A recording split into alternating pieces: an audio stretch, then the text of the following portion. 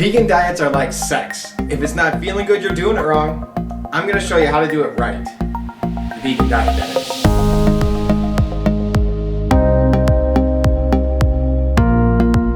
Hey, this is Stephen Loam, lifestyle medicine cardiologist, and if it's your first time on this channel and you want to learn more about lifestyle medicine, evidence-based nutrition, chronic disease prevention and reversal, click that subscribe button and turn the notifications on so you don't miss a thing. Alright, so in this first video in a series of videos on how to do a vegan diet the right way, we're going to talk about macronutrients, specifically protein, carbs, and fat. Now, we know that we should not be thinking about nutrition in general in a reductionist type of way, different nutrients, either macronutrients, micronutrients, vitamins, minerals, those things. We really need to be thinking about the whole food, because you don't just eat protein, you don't just eat fat, you don't just eat carbohydrates, right? You're getting the whole food with all the other things that comes with it. So let's think about the whole food as we're going through these topics here. And if you want to learn more about that, check out the book called Whole by T. Colin Campbell. All right, having said that, the American Academy of Nutrition and Dietetics categorically have stated straight out that 100% plant-based diets, vegan diets, are nutritionally adequate for all stages of life, including pregnancy, infancy, childhood, adolescence, and the elderly, and for athletes. So we know that any deficiency really isn't a concern as long as you're doing this the right way. And I'm going to show you the right way. And I'm going to make it nice and simple for you too. When we're thinking about nutrition, we need to think about just three categories of food. Processed junk food, which includes the bad refined carbohydrates, which I'll talk about, and oils. Then we have the animal-based foods, meat, eggs, dairy, and seafood, and whole unprocessed plant-based foods. We don't want any processed foods. We really don't want any animal-based foods either. We want to focus just on the whole unprocessed plant-based foods. All right, so let's get into this now. Let's talk about carbohydrates first. According to the USDA, you need about 45 to 65% of your calories from carbohydrates. So it's considered technically a high carbohydrate diet. And if you look at the blue zone, the longest living cultures in the world ever, they were all very high carbohydrate diets. And they averaged about 65% of calories from carbohydrates. They were lower in protein and lower in fat. Now, if you look at the Okinawans, they were crazy high in carbohydrates, 85%, very low protein and very low fat. The data on reversing heart diseases are actually around 80% of calories from carbohydrates and 10% from fat, 10% from protein. So a high carbohydrate diet is actually what we want. Now you might be saying, oh, come on, Dr. Loam, I know carbohydrates are bad, carbohydrates make you fat. And no, that's really not the case. Bad carbohydrates are bad for you.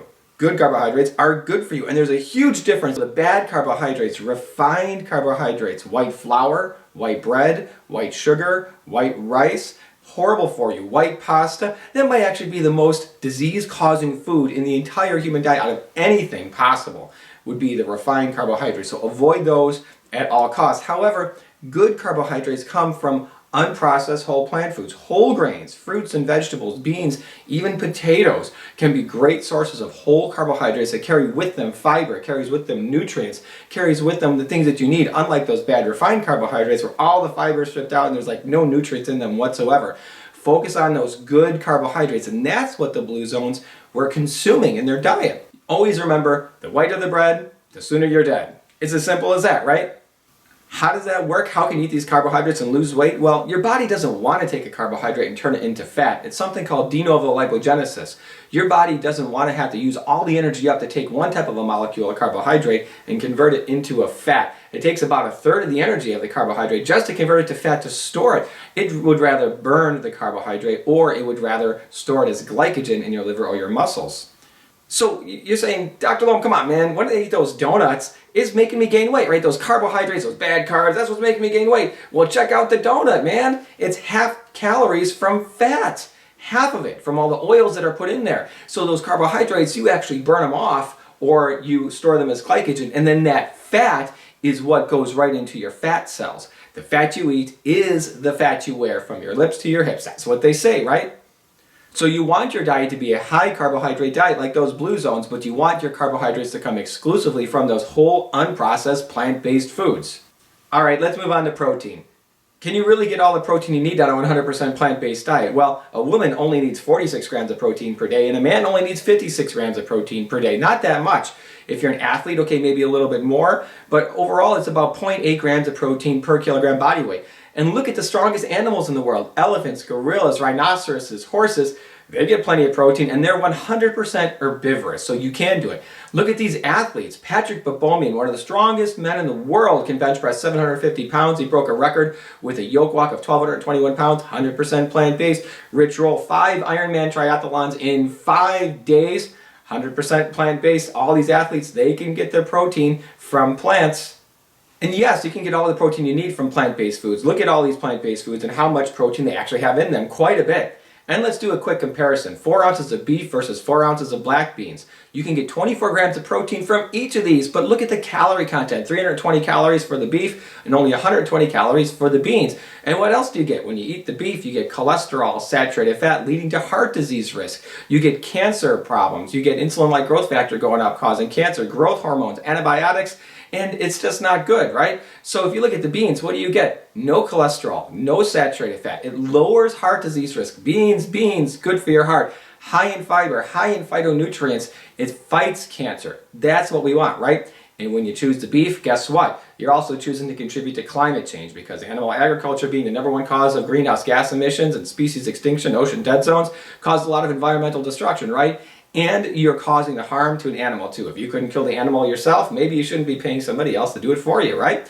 When you're eating the beans, you're not causing any environmental destruction, essentially, or at least having the lowest impact possible, and you're not harming any sentient beings, which is a big-time bonus. Still have doubts about the protein thing? Well, let's look at this quick example. If you just ate 2,000 calories of brown rice and peas, you're going to get 68 grams of protein. It's complete protein, all the amino acids you need.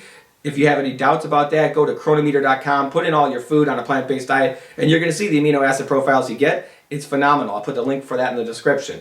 Still have doubts about it? Well, you shouldn't really, but if you do, check out the book Proteinaholic by Garth Davis, or the book The China Study by T. Colin Campbell. They're going to answer everything you need about protein. All right, let's talk about fat now. So we already talked about saturated fat in my last video on prevention and reversal of heart disease. Check that out. I'll link it down below. And we talked about dietary cholesterol, which is technically a type of fat as well. Now let's talk about omega-6 fatty acids and omega-3 fatty acids. These are the essential fatty acids that you must consume in your diet for health. So omega-6 fatty acids, such as arachidonic acid, linoleic acid, are pro-inflammatory. You don't want too much of those. Omega-3 fatty acids are ALA, EPA, and DHA. ALA is short chain, EPA and DHA is longer chain. Those are anti-inflammatory. You want a lot of those in your diet. We evolved with an omega-6 to omega-3 ratio around 1:1. However, with our huge consumption of refined oils and animal products, our omega-6 intake has gone way up, and most Americans are around 20 omega-6 to 1 omega-3. That's not good. That causes a chronic inflammatory state, right? So what's everybody's solution to this? Well, the solution is eat more fish or take some fish oil capsules, raise that omega-3 up so that it evens out with the omega-6s. Well, no, that's not what we should be doing, right? We should be removing the animal products and removing the oils and increasing our consumption of the good, healthy plant sources of omega-3s like chia seeds or flax seeds. That's the solution we really want to get our ratio balanced the right way and knock that inflammation out.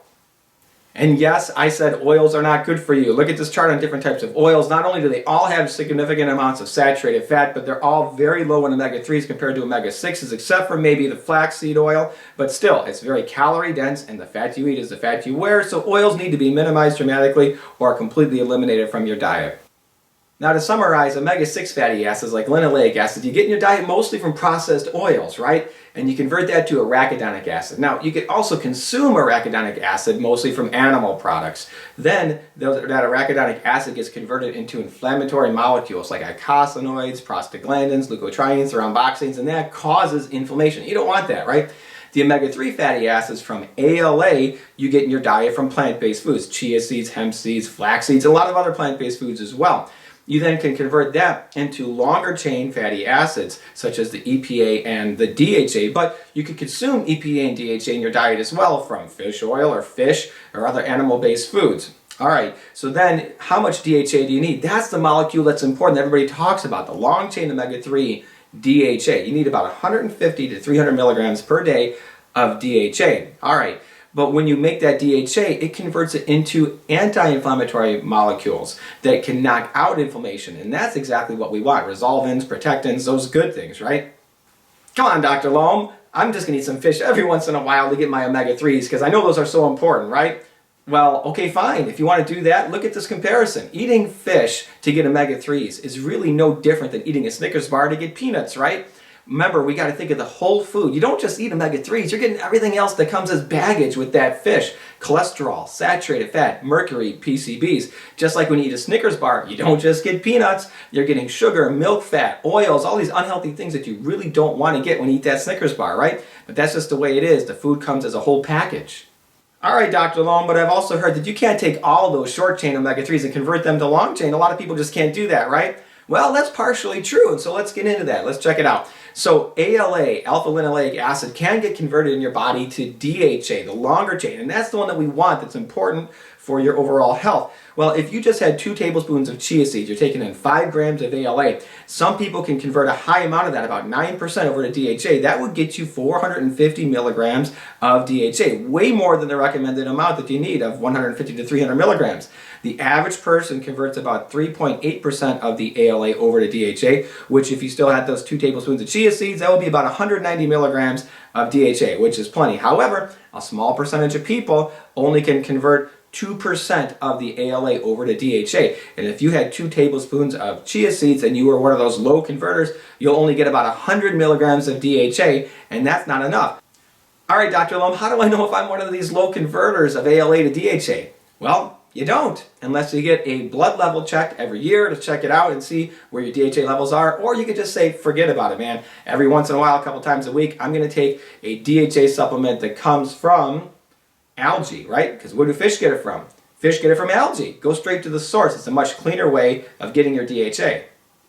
Many people thought that fish oil was good for your overall heart health. Well, that's not right. Study after study after study has truly shown that fish oil does not do anything for cardiovascular disease, does not prevent heart attack, stroke, does not stop your arteries from clogging. In fact, in the guidelines for the American Heart Association, American College of Cardiology 2018 for lipids, the only time you would ever use a fish oil is if your fasting triglyceride blood test is greater than 1,000 milligrams per deciliter, crazy high, after lifestyle changes and after statin therapy. So fish oil really medically should not be used for any cardiovascular indication at all. But it is important for brain health, and if you want to be kicking butt when you're over 100 years old, man, take your DHA supplement from algae or just get your blood level checked like this guy, Dr. Ellsworth, who was a surgeon, heart surgeon, retired at the age of 95, 100% plant-based for 40 years, died at the age of 104. He was certainly kicking butt all the way to the end.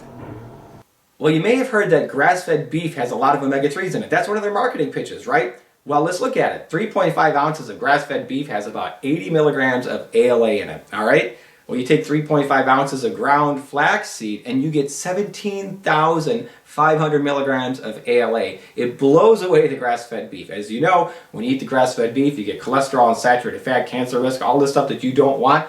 Get it from plants, guys. Come on. Many people don't realize all the other plant sources of omega-3s like green leafy vegetables and berries, man. Just eat your plants, you're going to get all the omega-3s that you need. Throw the extra chia seeds and flax seeds or hemp seeds in there to get enough numbers. Just in case you're one of those low converters, you're going to be fine.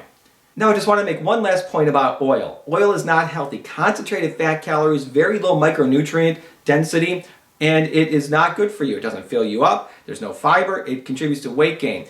Study after study after study, when you really look at it, shows that oil is not healthy for you. This good publication by Caldwell Esselstyn shows that oils increase the risk of obesity and diabetes, increases endothelial cell dysfunction, causes atherosclerosis, and increases the risk of cardiovascular events.